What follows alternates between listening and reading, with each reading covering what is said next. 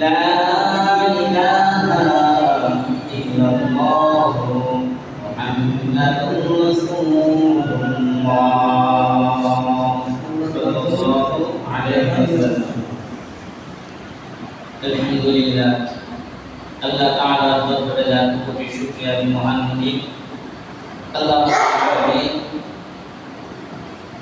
প্রত্যেক সপ্তাহে শুক্র আমাকে আপনাকে যাচাই বাছাই করে মহব্বত করে ভালোবাসিয়া পছন্দ করিয়া যে আল্লাহ আমাকে আপনাকে আশার বসার করে কোরআনের কথা বলা শোনার তৌফিক দিয়ে আল্লাহ দান করেন।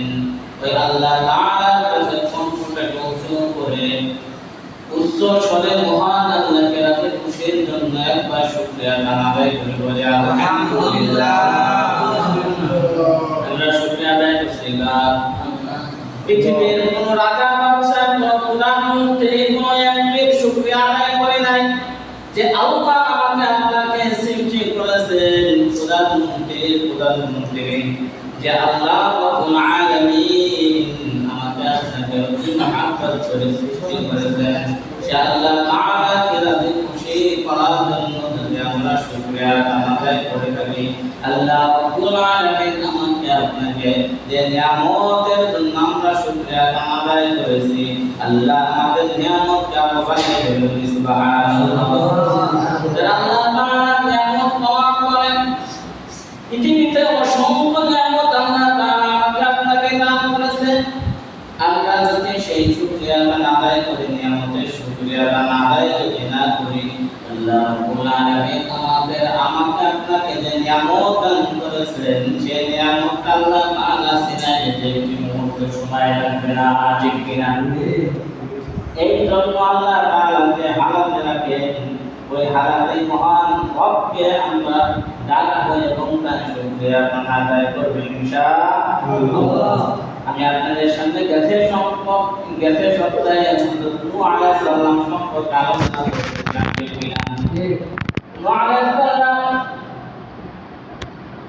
এক বছর নয়, 2 বছর নয়, 3 বছর নয়, 4 বছর নয়, নূহ আলাইহিস সালাম আল্লাহ তাআলার একত্ববাদের ঘোষণা 9.5 বছর পর্যন্ত তার উম্মতের মাঝে আল্লাহ তাআলার একত্ববাদের ঘোষণা প্রচার করেছিলেন। ঠিক কিনা?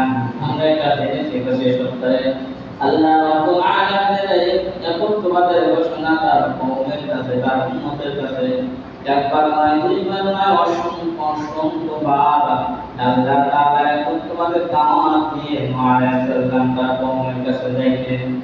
আর কওমেরা নূহ আলাইহিস সালামের প্রতি তারা কি ব্যবহার করত এই সম্পর্কে আলোচনা করেছি।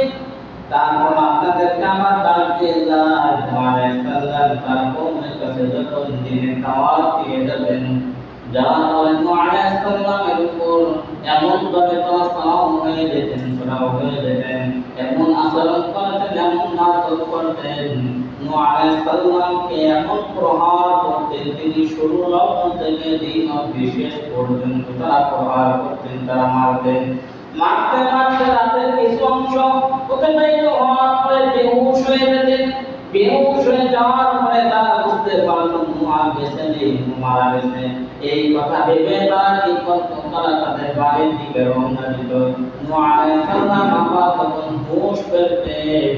পরের দিন আবার আল্লাহ তাআলা একত্ববাদের দাওয়াত নিয়ে কওমের কাছে যাইতেন। দিনের দাওয়াত এত দামি, 1 বছর নয়, 2 বছর নয়, 9.5 বছর সে দিনের দাওয়াত দিয়েছেন। আমাদের নবীও দিনের দাওয়াত দিতে যে রামজান মোবারক শহীদ হয়েছেন, মাথার গাম পায়ে ফেলেছেন, শরীর থেকে রক্ত মোবারক ঝরিয়েছেন। ঠিক কিনা? দিনের দাওয়াত বড় দামি, দিনের দাওয়াত বড় দামি। আপনি যদি দিনের জন্য একটা ব্যক্তিকে যদি দাওয়াত দিয়ে যদি দিনের রাস্তায় আনতে পারেন, ও আল্লাহর গুনাহ শুনিয়া রাখেন, ওই ব্যক্তি যে আমল করবে, তারটা কবুল হবে নাকি সেও জানে না, আপনারটা কবুল হবে নাকি সেও জানেন না। ওই ব্যক্তিকে দাওয়াত দিয়ে আনার কারণে যে আমলটা করবে, আল্লাহ রাব্বুল আলামিন আপনার দাওয়াতের মাধ্যমে আপনার আমলনামায় কবুল, নামাজের কবুল, ইবাদতের সওয়াব দান করবে। সুবহানাল্লাহ। এই জন্য নামাজ পড়া নূহ আলাইহিস সালাম তার কওমের কাছে এইভাবে দাওয়াত দিতে লাগলেন, মার খেতে লাগলেন। নূহ আলাইহিস সালামের কাছে আল্লাহ তাআলা ঘোষণা করে দিলেন, তুমি কষ্ট পেও না, তুমি মন খারাপ করো না, তুমি তোমার কওমের কাছে যে দাওয়াত দিয়ে গিয়েছো, তোমার কওমরা যে মুসলিমান কয়েকজন ইসলাম গ্রহণ করেছে, আমার প্রতি ঈমান আনয়ন করেছে, এই কয়েকজন ব্যতীত আর কেউ ঈমান আনবে না। নূহ আলাইহিস সালাম তার উম্মতের প্রতি কত বড় ছিলেন, তিনি চিন্তা করলেন যারা ঈমান এনেছে এরা ব্যতীত আর কেউ ঈমান আনবে না। আর যদি এই কাফেররা বেঁচে থাকে, তারা জন্ম দিলে কাফের, তারা গুনাহের কাজ করবে, এইভাবে যদি চলতে থাকে তাদের গুনার মাত্রা বেড়ে যাবে, ঠিক কিনা? তাদের আযাব বেড়ে যাবে। তিনি আল্লাহ তাআলার কাছে দোয়া করলেন, আল্লাহ তুমি তোমার প্রতি যারা ঈমান এনেছে এরা ব্যতীত যারা ঈমান আনবে না, ঘোষণা তো আল্লাহ তুমি করে দিয়েছো, তুমি এদেরকে ধ্বংস করে দাও। কারণ এই জন্যই দোয়া করলেন, তারা জীবিত থাকতে পারে ঈমান আনবে না, গুনাহ শুধু আর গুনাহ করবে, আর গুনাহ মাত্রা বেড়ে গেলে তাদের জাহান্নামের আযাব বেড়ে যাবে, ঠিক কিনা? এই জন্যই তো তাদের জন্য আল্লাহর কাছে দোয়া করলেন। আল্লাহ রাব্বুল আলামিন নূহ আলাইহিস সালামের প্রতি ঘোষণা করলেন, নূহ তোমার দোয়া কবুল। কোরআনের আয়াত অনুযায়ী আল্লাহ রাব্বুল আলামিন সূরাতুল হুদের 37 নম্বর আয়াত আল্লাহ তাআলা বলেন, ওয়াসনা'il ফুলকা বিআ'ইনিনা ওয়া ওয়াকিনা ওয়া লা তুখাতিবনি বিল্লাযীনা যালামু ইন্নাহুম মুগরাকুন। আল্লাহু আকবার। আল্লাহ তাআলা বলতেছেন, তুমি আমার তত্ত্বাবধানে আমার ওহী অনুযায়ী নৌকা, তুমি কি করো? নৌকা নির্মাণ করো। আল্লাহ তাআলা তত্ত্বাবধানে এবং আল্লাহ তাআলা ওহী অনুযায়ী কি বানাইতে বললেন? নৌকা, যাকে আমরা কিস্তি বলে থাকি, ঠিক কিনা? আল্লাহ তাআলা এই অর্ডার পাওয়ার নূহ আলাইহিস সালাম আরো আল্লাহ তাআলা বললেন, এবং যারা সীমা লঙ্ঘন করেছে তাদের ব্যাপারে তুমি আমাকে কিছুই বলিও না, তারা ডুবে মরবে। এই আয়াত আল্লাহ রাব্বুল আলামিন বললেন, তুমি আমার তত্ত্বাবধানে আমার ওহী অনুযায়ী তুমি নৌকা নির্মাণ করো, নৌকার কাজ শুরু করে দাও। এটা মাথায় রেখো, যারা সীমা লঙ্ঘন করেছে এবং তাদের ব্যাপারে তুমি আমার কাছে কোনো সুপারিশ করবে না, আমি তাদেরকে ডুবিয়ে মারবো। কি ঘোষণা কার? আল্লাহ রাব্বুল আলামিনের ঘোষণা করার পরে নূহ আলাইহিস সালাম কি করলেন? আল্লাহ রাব্বুল আলামিনের কোরআনের আয়াত অনুযায়ী সূরাতুল হুদের 38 নম্বর আয়াত আল্লাহ তাআলা বলতেছেন, ويصنع الفلك كلما مر عليه ملأ من قومه سلوه قال إن تسخروا منا فإنا نسخر منكم كما تسخرون. আল্লাহ রাব্বুল আলামিনের কোরআন নাও করে নূহ আলাইহিস সালাম সেই নৌকা নির্মাণ করতে লাগলো। কি নির্মাণ করতে লাগলো? নৌকা। এবং যখনই তার কওমের তত্ত্বাবধানেরা দান পার দিয়ে যায়, যখন নির্মাণ কাজ শুরু করলো কিসের? নৌকা। যখন তার কওমের প্রধানেরা, আমাদের কওমের প্রধান আছে না? মাতুব্বর আছে কি নাই? আছে। তার কওমের প্রধানেরা কালকে যখন অতিক্রম করত, তাকে তারা উপহাস করত। কি করত? উপহাস করত। নূহ বলত, তোমরা যদি আমাদেরকে উপহাস করো তবে আমরাও তোমাদেরকে সেই উপহাস করব। তোমরা আমাদের নৌকা বানানো দেখে দেখো আমাদেরকে দেখে উপহাস করিতেছ। নূহ আলাইহিস সালাম কইতেছে আমরাও তোমাদেরকে সামনে কি করবে এরকম উপহাস করব। নূহ আলাইহিস সালামের নৌকার কাজ শুরু হয়ে গেল। কিসের কাজ শুরু হয়ে গেল? নৌকা বানানোর কাজ শুরু হয়ে গেল। মরুভূমিতে নৌকার কাজ শুরু করেছে। কাফেরদের কাফেররা ঠান্ডা বিদ্রোহ শুরু করলেন। এতদিন গ্রামবাসী ছিল, এখন আরো বেশি পাগল হয়ে গেছে। কারণটা কি? নূহ আলাইহিস সালাম মরুভূমিতে নৌকা নির্মাণ করিতেছেন। এটা দেখে তারা আরো বেশি উপহাস করতে শুরু করলো, আরো ঠাট্টা করতে শুরু করলো। নূহ আলাইহিস সালাম তাদের ঠাট্টা উপহাস শোনার পর বিরত থাকলেন না, নৌকা বানানোর কাজ শুরু করলেন। আস্তে আস্তে আস্তে আস্তে যখন নৌকা বানানো শেষ হয়ে গেল, তিনি আল্লাহ তাআলার ওহী অনুযায়ী অপেক্ষা করতে শুরু করলেন। কি করতে? কিসের অপেক্ষা? আল্লাহ তাআলা আসমান থেকে পানি বর্ষণ করবেন, জমিন থেকে পানি উৎপন্ন করবেন, মহাপ্লাবন হবে, পানি আর পানি থাকবে। পানির উপর একমাত্র আল্লাহ তাআলার হুকুম হবে। নূহ আলাইহিস সালামের নৌকায় শুধু ভাসমান থাকবে। সে অপেক্ষামান নৌকা বানানো শেষ। মরুভূমিতে নৌকা পড়ে আছে। কাফেররা ঠান্ডা বিদ্রোহ করতে শুরু করলেন। হযরত থানভী রাহমাতুল্লাহ আলাইহির কিতাবে এইভাবে একটা ঘটনা এসেছে যে ওই কওমের লোকেরা ঠাট্টা করতে করতে কিছু লোক ওই নৌকার ভিতরে পায়খানা করতে শুরু করেছে। নাউযুবিল্লাহ। এইভাবে একে কওমের অনেকে এই নৌকার ভিতরে পায়খানা করে করে চলে যায়, ঠাট্টা বিদ্রোহ করে। করতে করতে নৌকাটা ভরপুর করে ফেলেছে পায়খানা করে। ওই কওমের লোকেরা কত উপহাস করতেছে নূহ আলাইহিস সালামের সামনে। আল্লাহ বড় মহাশীল আল্লাহ কি করতে পারে এই ঘটনার মাধ্যমে আপনাদের আরো বোঝাবেন।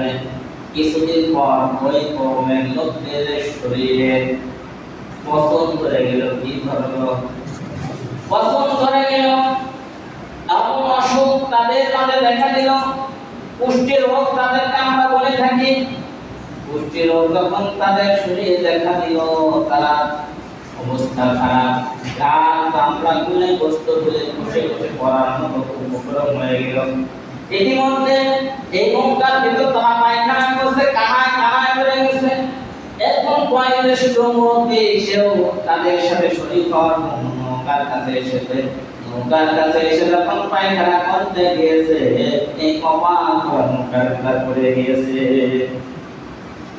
পড়ে যাওয়ার পর হাবুডুবু খেয়ে অনেক কষ্ট করে নৌকা থেকে উঠে যখন বাসায় গিয়ে সে পানি ব্যবহার করে তার শরীরটা তখন ময়লা থেকে আবরণ সরিয়ে ফেলেছে।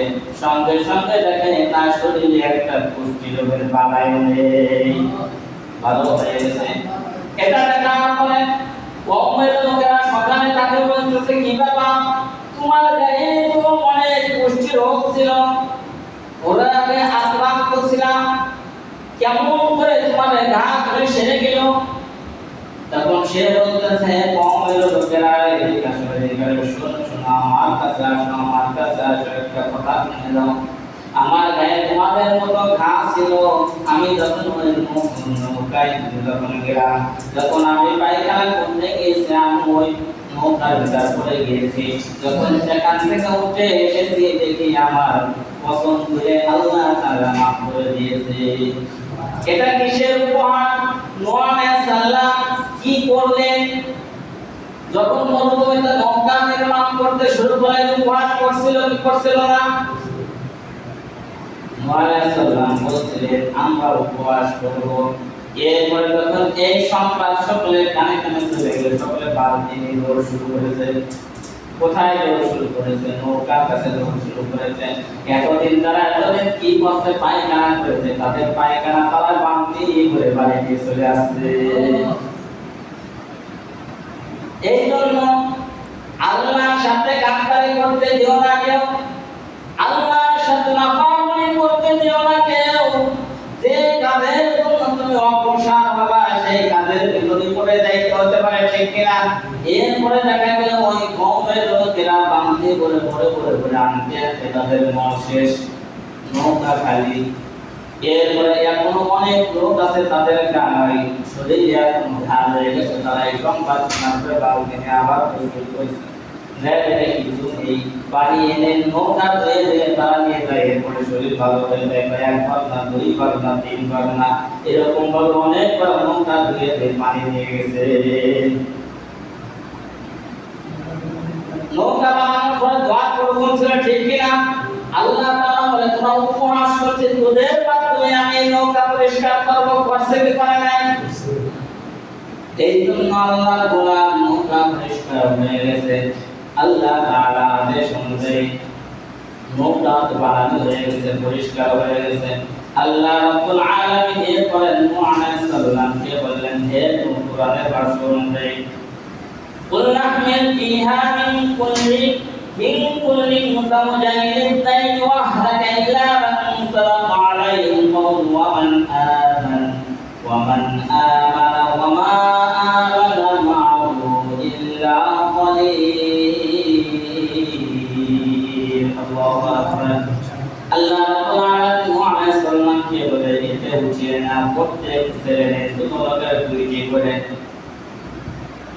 নারী এবং পুরুষ একসঙ্গে তুমি কি করো, নৌকায় উঠাও, আর তাদের বিরুদ্ধে আযাবের এবং তাদের বিরুদ্ধে আল্লাহ তাআলা আযাবের ঘোষণা করেছেন, সিদ্ধান্ত তাদের প্রতি আল্লাহ তাআলা নিয়েছেন, তাদেরকে ব্যতীত তুমি উঠাইবা। যারা আল্লাহ তাআলার সাথে নাফরমানি করেছে, যারা কাফের, তাদেরকে আল্লাহ তাআলা নিষেধ করলেন, তুমি তাদেরকে উঠাইবা না। কিতাবে এসেছে 40 তোমার মানুষটা আল্লাহ তাআলা তখন ঈমান এনেছিলেন, তাদের উঠানোর আদেশ দিয়েছিলেন। কত জোড়া? 40 জোড়া।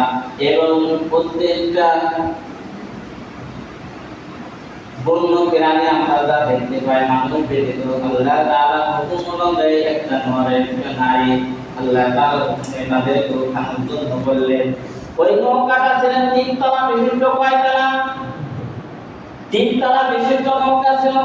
উপরের তলা নারীদেরকে রাখার আদেশ দিলেন, মাঝখানে তলায় পুরুষদেরকে রাখার আদেশ দিলেন, এবং নিচতলায় হিংস্র প্রাণীদেরকে রাখার আদেশ দিলেন।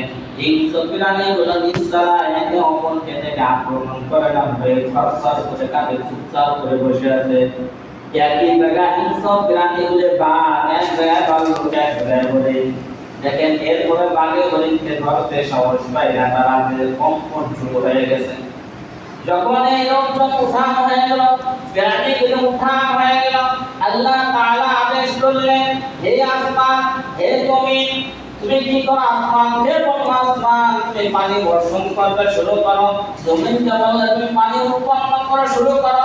এইভাবে দুই দিক থেকে যখন মহাফেলাপনের আদেশ হয়ে গেল, আল্লাহ তাআলা আকাশ থেকে পানি বর্ষণ হয়, জমিন থেকে পানি উৎপন্ন শুরু হয়ে গেল। আল্লাহ তাআলা কাফেররা চিন্তা করেছিল কি পানি উঠবে? বড় বড় পাহাড় আছে, আমরা পাহাড়ের আশ্রয় নিব, রক্ষা পেয়েছিল নাকি? কথা বলেন না কেন? তারা রক্ষা পায় নাই। বড় বড় গাছ ছিল, মনে হচ্ছে গাছের আগায় যে তারা দাঁড়িয়ে থাকবে, রক্ষা পেয়েছিল নাকি? পৃথিবীর কানায় কানায় আল্লাহ তাআলা পানি এমন ভাবে মহাপেলাপন দিয়েছে, একটা পাহাড় শূন্যতা ছিল না, পাহাড়ের উপরে পানি আল্লাহ তাআলা দিয়ে দিয়েছিলেন। সমস্ত কাফের আল্লাহ তাআলা কি করলেন? তিনি সেই শেষ করে দিলেন। এই জন্য আল্লাহ কোরআন আযাব আসার আগে সতর্ক হতে হবে।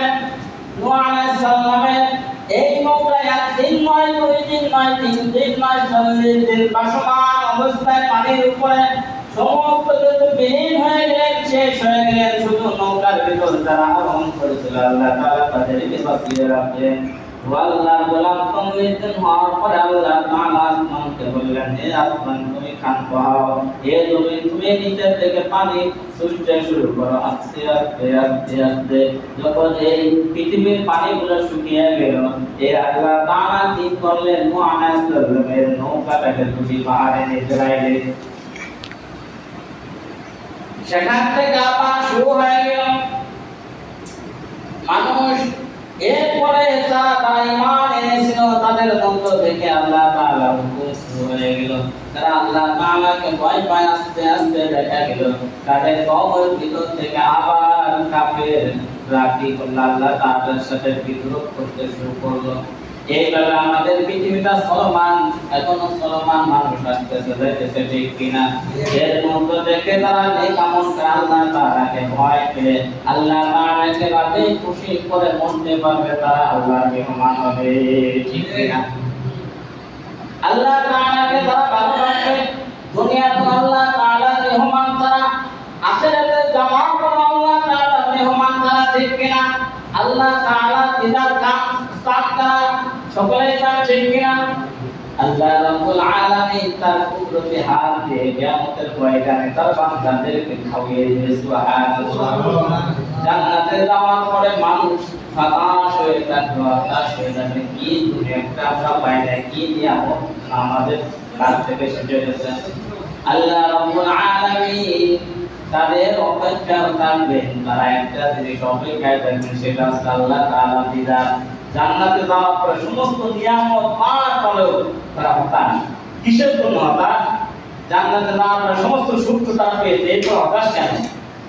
আল্লাহ রাব্বুল আলামিন এর কাছে তারা আরজ করবে, আল্লাহ সমস্ত নিয়ামত তো পেয়েছি, তোমাকে দুনিয়াতে তোমাকে এই দুসরত দিয়ে তো আল্লাহ তাআলা দেখি নাই, এখন তোমাকে একটু দেখতে মনে চায়। আপনার কি মনে চায় নাকি? যদি মনে চায় মনে রাখবেন, গুনাহ থেকে বেঁচে থাকা লাগবে, আল্লাহ তাআলা হুকুমগুলো আদায় করা লাগবে।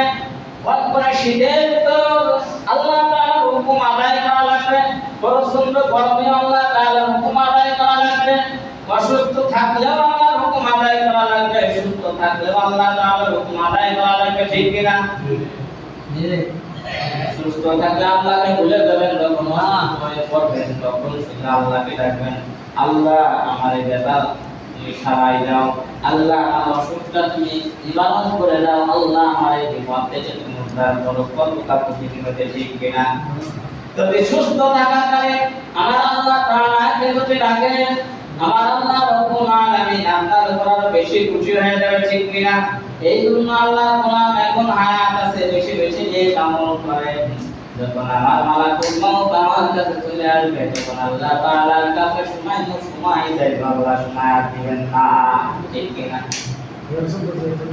দুনিয়াটা আসলে সময় স্থায়ী থেকে দুনিয়াটাকে সময় স্থায়ী থেকে চিরস্থায়ী থেকে অপর আখিরাত, ঠিক কিনা?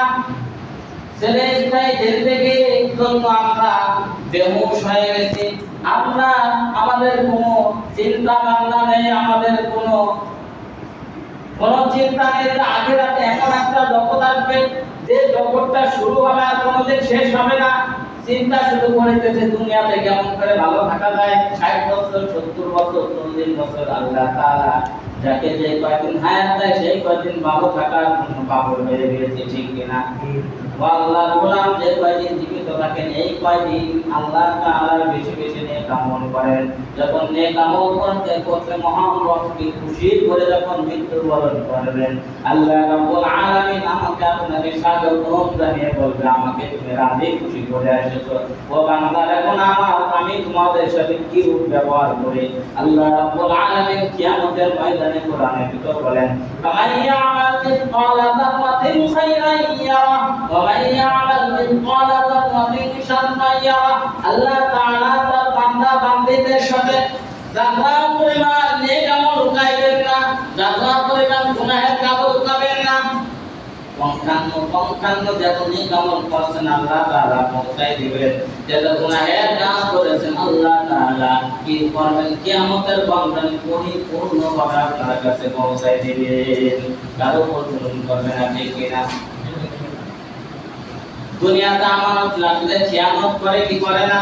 কিয়ামতের ময়দানে কোনো খিয়ানত চলবে না। আল্লাহ রাব্বুল আলামিন পরিপূর্ণভাবে আমাকে আপনাকে সমস্ত কিছু পৌঁছায় দিবেন। সেদিন আমি আপনি কত গুনাহের কাজ করেছি, কত নিয়ে গবত করেছি, নিজেরাই ভিডিওতে যেমন আমরা দেখতে পাই, শুটিং করার পরে যখন ওটা সেরে যায় আমরা অটোমেটিক দেখতে পাই কি আমাদের ময়দানে পৃথিবীতে এরকম শুটিং চলতেছে, কি আমাদের ময়দানে সমস্ত শুটিং করে ছবি আকারে আমার সামনে এসে ফুটে ভিডিও ফুটেজ করে আমার আপনার সাথে ধরা অটোমেটিক দেখতে পাবো। দিনে দিনে কয়বার আল্লাহকে ডেকেছে, রাত্রে রাত্রে কি গুনাহের কাজ করেছি পৃথিবীর কেউ জানে না, এমন গুনাহ করছে দেখছেন কে? পানির নিচে যে কি কল্পনা করেছেন সেটাও জানেন কে? এই জন্য আল্লাহর গোলাম সমস্ত কিছু যিনি দেখেন তার সাথে কোনো নাফরমানি আমাদের চলবে না, ঠিক কিনা? সে আল্লাহ তাআলাকে যদি আমি আপনি রাজি এবং খুশি করে মৃত্যুবরণ করতে পারেন, আল্লাহ আমাদের উপর যখন রাজি খুশি থাকবেন, আমরা যদি আল্লাহ তাআলাকে রাজি খুশি করতে পারি, আল্লাহ আমাদের উপর রাজি খুশি থাকবেন কি থাকবেন না? এই জন্য আপনাদের দু হাত জোর করে দু হাত পা ধরে করে আল্লাহ গোলাম যে কয়দিন হায়াত আছে এই কয়টা দিন আল্লাহ তাআলার জন্য কষ্ট করে যান, অন্তকালের জন্য জান্নাত পেয়ে যাবে। আমল করা কি জানে কি যাবে না? যদি যায় তাহলে আসর থেকে দেখবো যে জুম্মার দিনে যেরকম লোক আছে আসরে এরকম আসে কি আসে না? আসরে ফার্স্ট ডিভিশনে ফেল, যারা কাজের কর্মে থাকে নিজ জিম্মাদারে আপনারা সেই স্ব স্থানে আপনারা আমল করেন, আল্লাহ তাআলা খুশি হয়ে যাবেন। কত উজরা এই কাজ সেই কাজ কি আমাদের বলেন এত আপনি সব আল্লাহ তাআলার কাছে, এটা আমরা যখন জানি এটা বুঝি তাহলে ওই বুঝে যখন তাহলে এখন করতে শুরু করে, ঠিক কিনা? আল্লাহ তাআলা আমাদের সকলকে বেশি বেশি নেক আমল করার তৌফিক দান করেন। ওয়া ফি দাওয়ানা আলহামদুলিল্লাহি রাব্বিল আলামিন।